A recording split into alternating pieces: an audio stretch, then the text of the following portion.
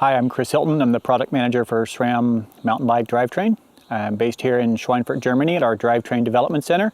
The latest project I've been working on is our XX1 drivetrain. It's something that we're really excited to be working on because it hits really close to home with all of the guys here in Schweinfurt and everybody that works on our development teams.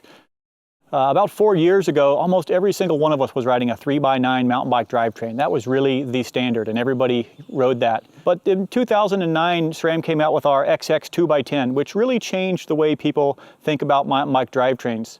It's a lot more efficient, a lot faster, and a lot cleaner if you just stay in that big chain ring and pedal in all your cogs. So with XX1, part of the thing that we really wanted to bring to it was make a better 1x drivetrain.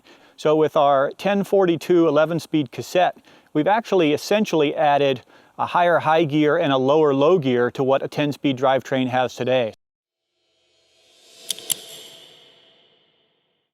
Basically all the engineers who are involved in this project are also mountain bike riders, and since the middle of December or so we are out here riding on these trails, testing the product, and it's awesome to ride this thing. Being capable to ride all the trails with this just one shifter, it's a really new experience. You need to try out yourself to be convinced, but I'm convinced that even under heavy riding, this will keep the chain on the bike. So riders wanted to have a wide range, but they saw the advantage of 2x versus 3x. So we went one step further, going to a single chain ring, and that's where we ended up with a 1x11. It's not for the sake of having 11 speeds, but it's just to offer that wide range. And the perfect match was this horizontal parallelogram. The derailleur cannot move anymore when it gets an impact or a bump. It's much better for off-road application than any other rear derailleur. The biggest challenge of a 1x system is that we have a cassette with a very wide spreading, so we have to put all the capacity from the system in one cassette. We have to make sure that the derailleur will go up and down the cassette, keeping the same spacing from the upper pulley. So the parallelogram only moves in a horizontal plane, which is parallel to the hub axis. What is the advantage of moving horizontal? And the first is, you only move the amount of travel you need from sprocket to sprocket, from the smallest to the biggest.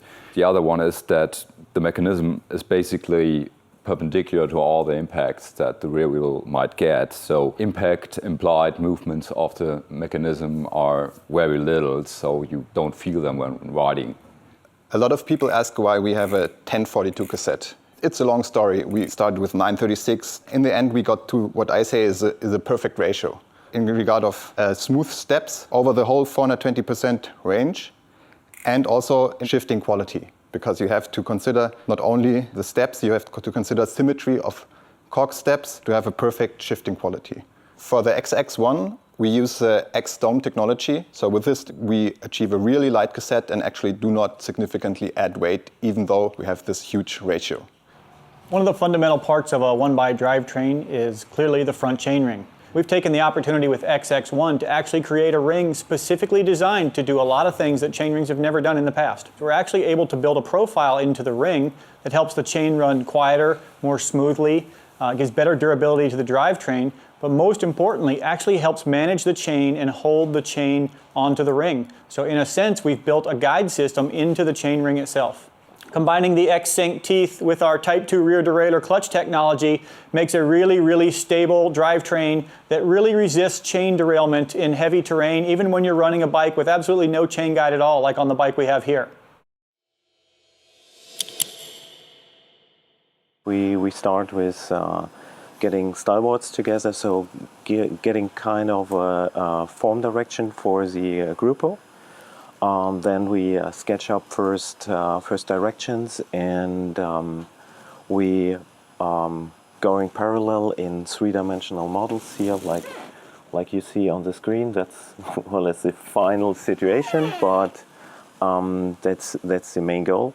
Yeah, in the last couple of years, the carbon frames changed a lot the direction. We have more floating lines, and this is now expressed in our components, and these components are fitting much better to the new direction of MTB. The first part for us was to equip a bike, get out on the trails and do a lot of test rides to gather the data that we need later on, the loads in the drivetrain, which gears are being used in which conditions, forces that occur in the drivetrain.